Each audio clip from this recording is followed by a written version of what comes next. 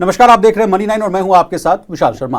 भारत को developed economy बनाने की तैयारी में अब बैंकिंग सेक्टर को लेकर सरकार जो है बड़ा दांव खेलने जा रही है। आने वाले दिनों में देश के बैंक कैसे काम करेंगे, लोगों की जो है जमा पूंजी से लेकर युवाओं को मिलने वाला कर्ज तक और निवेश से लेकर खेती किसानी की फाइनेंसिंग तक हर मोर्चे पर बड़े बदलाव की जो है जमीन तैयार हो रही है। वित्त मंत्री जो है निर्मला सीतारमण ने संकेत दिया है कि सरकार जल्द ही बैंकिंग सेक्टर के लिए एक हाई पावर्ड कमेटी जो है बनाने वाली है। इसके लिए सरकार अभी से बैंकों और जो फाइनेंशियल इंस्टीट्यूशंस हैं उनके साथ जो है विचार विमर्श जो है या कहिए कि मंथन कर रही है। प्रवीण सर, 2 दिन की जो है इस बड़ी बैठक में बैंकिंग सेक्टर के 7 बड़े अहम मुद्दों पर जो है चर्चा हो रही है। चूंकि मामला बैंकिंग सेक्टर से जुड़ा हुआ है, कौन कौन से वो 7 मुद्दे हैं सर, ओवर टू यू, समझाइए। नहीं, देखिए विशाल, 2 दिन की जो बैठक है बैंकिंग कॉन्फ्लुएंस जिसको डीएफएस ने आयोजित किया है, जहाँ पर सरकारी सेक्टर के जो बैंकिंग के हेड हैं और जो सरकारी फाइनेंशियल इंस्टीट्यूशंस के हेड हैं वो इस पूरी बैठक में शिरकत कर रहे हैं। आज निर्मला सीतारमण वित्त मंत्री, उन्होंने अपना भाषण दिया उद्घाटन का और एक महत्वपूर्ण बात जो वहाँ से निकलकर विशाल सामने आई वो ये, और इस पूरे जो बैठक है इसका मकसद ये है कि साहब विकसित भारत की दिशा में या भारत जब विकसित बनेगा उसके रोड मैप में बैंकों की क्या भूमिका होगी। एक बार तो मैं आपसे कई बार सुना मनी सेंट्रल में भी कि आप कहते हैं कि विशाल मतलब ग्लोबल अरीना में कैसे इंडियन बैंक्स की जो है पोजीशनिंग किस तरह से मस्त की जाए, मतलब जबरदस्त की जाए, वो सुनिश्चित करना हो। फिर आपने कहा था कि 12 जो बैंक्स है अभी उनको जो है धीरे धीरे मर्ज कर जो है 4 जो है बड़े बैंक्स बनाने की बात की जा रही थी। इसके अलावा सर आपसे लगातार हम सुनते आ रहे हैं कि क्रेडिट ग्रोथ जो है वो बढ़ता हुआ दिख रहा है विशाल, और डिपॉजिट ग्रोथ जो है वो कम होता हुआ दिख रहा है। तो क्या इस मीटिंग में डिपॉजिट्स कैसे बढ़े इसको भी जो है सुनिश्चित किया जाएगा, इसको भी विचार विमर्श किया जाएगा? बिल्कुल, इस पूरी बैठक में डिपॉजिट मोबिलाइजेशन एक बड़ा मसला है। यूथ के लिए बैंकिंग कैसे होगी ये इसमें एक बहुत बड़ा मसला है डिपॉजिट को लेकर, क्योंकि एक लंबे वक्त से एक रस्साकसी बनी हुई है बैंकों के सामने, कभी कम होते हैं कभी ज़्यादा होते हैं, लेकिन एक बड़ा पेस जो है बैंकों को यहाँ डिपॉजिट के मोर्चे पर नहीं दिख रहा। तो इस पूरी बैठक के केंद्र में डिपॉजिट्स का मसला भी विशाल शामिल है। इसके अलावा सर जो 7 बड़े मुद्दे हैं एक एक कर हम आपसे समझने की कोशिश करते हैं। पहला मुद्दा तो आपने समझा दिया कि डिपॉजिट्स कैसे बढ़े, उस पर विचार होगा। दूसरा आपने बताया कि युवाओं के लिए जो है बेहतर बैंकिंग सर्विसेज कैसे की जा सकती है, उसको जो है जिस तरह से डिजिटल बैंकिंग, नए जो है वित्तीय प्रोडक्ट आ रहे हैं, युवाओं की बदलती ज़रूरतें, उसको कैसे कैटर कर पाएगी पूरा सिस्टम, वो देखने को जरूरत मिलेगी। इसके अलावा थर्ड पॉइंट ये है सर कि सपोर्टिंग द इन्वेस्टमेंट साइकिल। कहा जा रहा है कि देश की आर्थिक ग्रोथ के लिए जो निवेश है, इन्वेस्टमेंट, वो बेहद जरूरी है। ऐसे में बैंक जो है कंपनियों और दूसरे जो कारोबारों को पर्याप्त जो है फाइनेंशियल लिक्विडिटी यानी जो मदद है वो कैसे उपलब्ध करा सके, इस पर भी चर्चा होगी। खासतौर पर जो है निवेश का पूरा चक्र जो है वो तेज करने में बैंकिंग सिस्टम की भूमिका कैसी हो, इस पर विचार किया जाए। कुछ ऐड करना चाहेंगे? देखिए, ये जो बात है कि जो आप इन्वेस्टमेंट साइकिल या इन्वेस्टमेंट के लिए बैंकों को क्रेडिट देने की, बैंकों की तरफ से क्रेडिट जो दिया जाए, इसके लिए ज़रूरी ये है कि बैंकों के पास बड़ा कैपिटल बेस हो। बैंक आपको कर्ज तभी दे पाएंगे जब बैंक के पास खुद पैसा होगा, डिपॉजिट हो, बैंकों के पास अपना कैपिटल बेस हो। और उसके लिए ज़रूरी ये है कि छोटे छोटे बैंक ना हो, बड़े बैंक हों। इसकी ज़रूरत को लेकर बजट में भी निर्मला सीतारमण ने इस बात को कहा था कि साहब जो विकसित भारत बनेगा उसमें एक उसके लिए बैंकों का जो रोल होगा उसको लेकर हम एक हाई पावर्ड कमेटी बनाएंगे। और तभी से ये चर्चा भी चली आ रही कि जो छोटे बैंक हैं उनको मर्ज करके बड़ा बैंक बनाया जाए ताकि उनके पास कैपिटल का बेस बड़ा हो, और जो ज़रूरत है आज एक कॉरपोरेट हाउस की ज़्यादा कर्ज की, वो आप उसको पूरा कर पाएँ। तो बड़े देश की जो ज़रूरतें हैं उसको पूरा करने के लिए ये बड़े बैंकों का होना भी जरूरी है। इसके अलावा सर ग्लोबल कैपेबिलिटीज़ जो हैं सेंटर्स यानी जीसीजीस को जो है उसको सपोर्ट देने की बात कही जा रही है। इसके अलावा कहा जा रहा है कृषि और बागवानी क्षेत्र के लिए इंफ्रास्ट्रक्चर और फाइनेंसिंग पर भी चर्चा होगी। इसके अलावा क्रेडिट कार्ड बिजनेस में नए प्रयोग और बेहतर सर्विसेज कैसी हो उस पर चर्चा होगी। और प्रायोरिटी सेक्टर लेंडिंग वो बड़ा बेहद महत्वपूर्ण विषय है, उसको लेकर भी बातचीत की जाएगी। तो बड़े अच्छे 7 मुद्दे हैं सर। बिल्कुल, और यहीं से इस बात की विशाल ज़रूरत पैदा होती है कि बिना बड़े बैंकिंग जो 7 जो थीम बेसिकली जो डीएफएस ने तय की है, डिपार्टमेंट ऑफ फाइनेंशियल सर्विसेज जो वित्त मंत्रालय का है, उसने ये 7 थीम्स तय की दरअसल। और इनके जरिए एक बड़े बैंकिंग रिफॉर्म का रास्ता सरकार खोलने की तरफ देख रही है कि क्या बैंकिंग सेक्टर में एक बड़ा रिफॉर्म हम यहाँ से लेकर आएँ।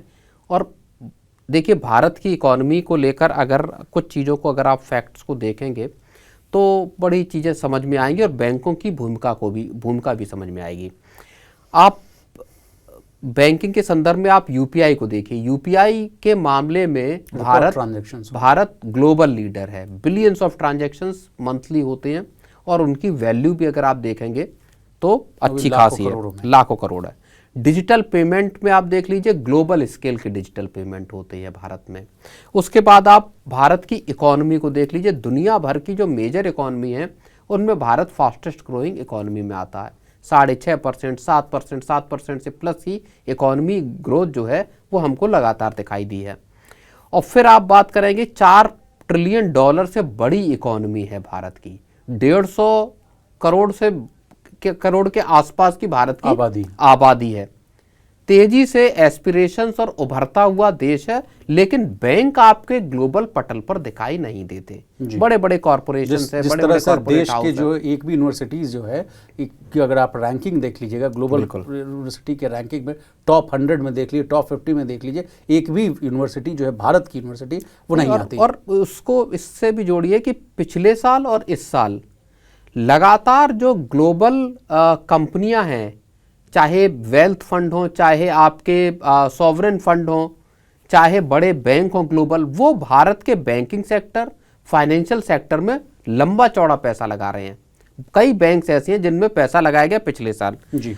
बोफा ने अभी, बैंक ऑफ अमेरिका ने अभी हाल में ही जियो फाइनेंशियल की क्रेडिट आर्म जो है उसमें 49.9% का स्टेक खरीदने के लिए $1.9 बिलियन की डील की है जी। तो दुनिया भर के बैंक दरअसल भारत में अपना दखल बढ़ा रहे हैं कि भारत के बाजार को किस तरह टैप किया जा सकता है। और भारत के जो बैंक हैं, इसी वजह से इस बात की भी जरूरत पैदा होती है कि भारत के जो बैंक हैं वो ग्लोबल मार्केट में अपने दखल करें। एक और चीज जो मैं कहना चाहूंगा यहाँ कि उन दुनिया भर में इस वक्त अगर आप देखेंगे तो 29 ग्लोबल सिस्टमेटिकली इंपॉर्टेंट जो बैंक्स हैं वो मौजूद हैं। 29 एक भी इनमें भारत का बैंक विशाल नहीं है।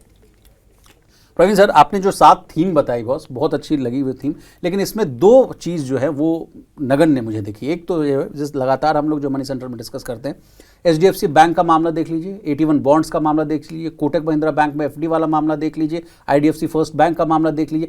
जिस तरह से इस देश की बैंकिंग सिस्टम की साख गिरती हुई दिखी लास्ट, अगर मैं 6 महीने देख लीजिए, 1 साल देख लीजिए, उसको दुरुस्त करने के लिए तो इसमें कहीं DFS साहब ने नहीं लिखा कि इसको थीम बनाया जाए।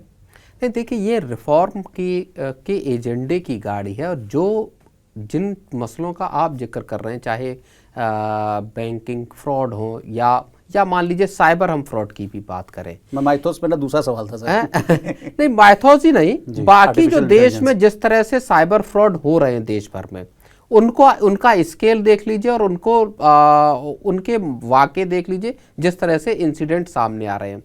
सरकार और एनफोर्समेंट एजेंसियां हो, चाहे RBI हो, रेगुलेटर जो हो, वो अपना वो कदम उठा रहे हैं जिससे इन चीज़ों को रोका जा सके। बैंकों के ब्रांचेस की और उनके अफसरों की जिम्मेदारी भी सरकार तय कर रही है कि साहब किसी भी तरह की, अभी जो म्यूल अकाउंट वाली बात हम लोगों ने कुछ दिन पहले की, कि केवल और केवल ऐसा नहीं है कि हाँ कि जो फ्रॉड कर रहा उसी के मत्थे आप सब चीज डाल दीजिए। हाँ, उसी ने OTP बताया, उसी ने सब ट्रांजैक्शन दिया, वही फंसा, वही उसका माइंड मैनिपुलेट हुआ। बैंक का तो कोई है ही नहीं। तो अब वहां म्यूल अकाउंट्स के मामले में सरकार ये चाहती है और रिजर्व बैंक चाहता है कि बैंकों की जिम्मेदारी तय हो। जो जिन ब्रांचों में ज्यादा म्यूल अकाउंट है उनकी जिम्मेदारी फिक्स हो, उन अफसरों की जिम्मेदारी फिक्स हो, या जो गड़बड़ झाला कर रहे हैं अफसर या कर्मचारी बैंकों के, उनकी, तो वो एक अलग मसला है, उसको सरकार अपने तरीके से टैकल कर रही है।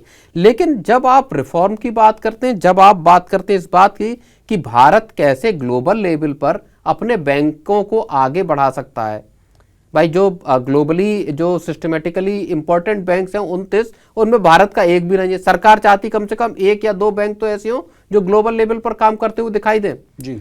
तो इन सब चीजों के लिए आपको एक बड़े कैपिटल बेस की जरूरत है, ऐसे बैंक बनाने की जरूरत है जो न सिर्फ भारत के कॉर्पोरेट्स को पैसा दे सके बल्कि ग्लोबल लेवल पे जो कंपनियां अभी क्या है कि विदेशी HSBC हो गया, UBS होगा, इस तरह के बैंक भारत के कॉर्पोरेट्स को पैसा देते हैं जी। आपने फंड की जरूरत है, आपने भारत के बैंकों को छोड़ा, विदेशी बैंक से पैसा ले लिया, तो भारत के बैंक कब बाहर के कॉर्पोरेशंस को पैसा देंगे, उनको कंपनियों को देंगे, इस तरह के बैंक विशाल बनाने की जरूरत है। चलिए प्रवीण सर, आपने बहुत ही आसान भाषा में तमाम मुद्दों को समझाने की कोशिश की, आपका बहुत शुक्रिया।